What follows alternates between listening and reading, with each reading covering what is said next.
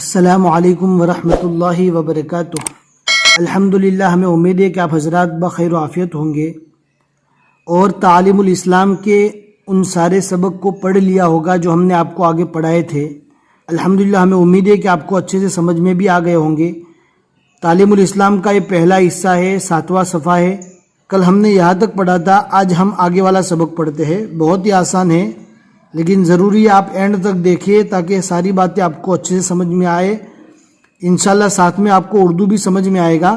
ہم آہستہ آہستہ پڑھیں گے، آپ بھی ہمارے ساتھ ساتھ پڑھتے جائیے۔ آپ کے لیے ضروری ہے کہ یہ کتاب آپ کسی بھی بک ڈپو سے خرید لیجئے، آپ کو آسانی کے ساتھ مل جائے گی۔ اس کے 4 حصے ہیں، ہم پہلے بھی بتا چکے ہیں۔ چاروں حصوں کو آپ ایک ساتھ میں خرید لیجئے تاکہ ایک حصہ ختم ہونے کے بعد آپ آسانی کے ساتھ دوسرا حصہ پڑھ سکیں۔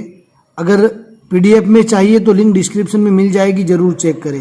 بسم اللہ الرحمن الرحیم۔ سوال: حضرت جبرائیل علیہ السلام کون ہیں؟ حروف کو مخارج کے ساتھ نکالنے کی ضرورت نہیں ہے، اردو میں ڈائریکٹ ہی نکالتے ہیں۔ سوال: حضرت جبرائیل علیہ السلام کون ہیں؟ جواب: فرشتے ہیں، خدا تعالی کے حکم پیغمبروں کے پاس لاتے تھے۔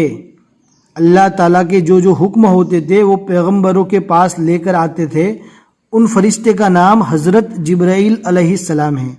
اب آگے کا سوال بہت ہی آسان ہے۔ سوال: مسلمان خدا تعالیٰ کی بندگی کیسے کرتے ہیں؟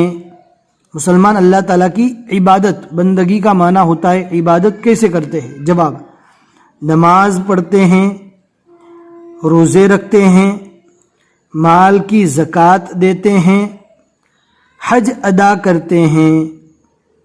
ابھی یہ ساری چیزیں آپ کو شارٹ میں بتا دی ہے، اب آہستہ آہستہ اس کی تفصیل بھی آئے گی کہ نماز کیا ہے، اس کو کیسے پڑھنا ہے۔ آپ اگر اینڈ تک جڑے رہیں گے انشاءاللہ آہستہ آہستہ بہت ساری آپ کو معلومات ہوگی۔ روزے کب رکھنا ہے، کیسے رکھنا ہے، کب تک رکھنا ہے، وہ ساری چیزیں انشاءاللہ آپ کو آنے والے سبق میں معلوم ہوگی، لیکن شرط یہ آپ ہمارے ساتھ جڑے رہے اور بھی لوگوں کو جوڑنے کی کوشش کریں۔ اس کے علاوہ اور بھی عبادتیں ہوتی ہیں، غریبوں کو کھانا کھلانا، یتیم بچوں کی پرورش کرنا، اور بھی بہت ساری چیزیں ہیں۔ اس کے اندر شارٹ میں بتا دیا ہے، ایسا ضروری نہیں کہ یہی چیز عبادت ہے، اس کے علاوہ اور بھی عبادتیں ہیں۔ سوال: نماز کسے کہتے ہیں؟ جواب: نماز خدا تعالی کی عبادت اور بندگی کرنے کا ایک خاص طریقہ ہے۔ جہاں جہاں پر ہم رکتے ہیں وہاں پر آپ بھی رکیے تاکہ آپ کو پڑھنے میں آسانی ہو۔ جو خدا تعالی نے، یہاں پر آپ ڈاٹ بنا دیں گے تو آپ کو آسانی ہوگی۔ اب اپنی کتاب کے اندر چھوٹا سا ڈاٹ بنا دے۔ قرآن مجید میں اور حضرت رسول مقبول صلی اللہ علیہ وسلم نے حدیثوں میں مسلمانوں کو سکھایا ہے، یعنی نماز پڑھنے کا وہ طریقہ جو اللہ پاک نے قرآن پاک میں اور اللہ کے نبی صلی اللہ علیہ وسلم نے حدیثوں کے ذریعے سے ہم کو سکھایا ہے، وہ ایک نماز پڑھنے کا خاص طریقہ ہے۔ وہ بھی انشاءاللہ ہم کو سیکھنے کو ملے گا۔ اب لاسٹ سوال آج کا سوال: بندگی کا وہ طریقہ جسے نماز کہتے ہیں کیا ہے؟ اب آگے جواب آئے گا۔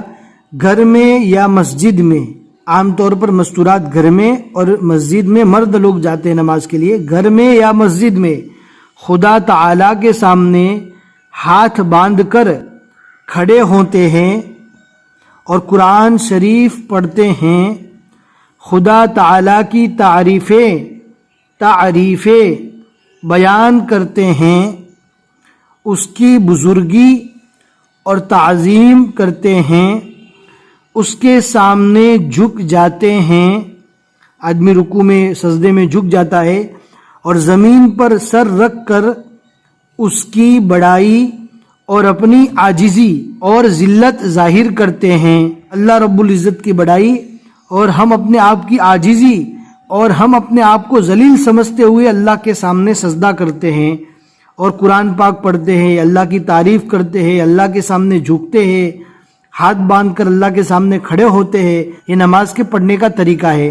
بس آج کے لیے اتنا ہی سبق ہے. آج کا سبق آپ کو سمجھ میں آ گیا ہے تو لائک کر کے ضرور بتا دے تاکہ ہمیں تسلی ہو جاوے, اور اپنے دوستوں کو ضرور شیئر کرے. جتنے لوگ بھی آگے سمجھتے رہیں گے, پڑھتے رہیں گے, آپ بھی ثواب کے اندر برابر کے شریک رہیں گے.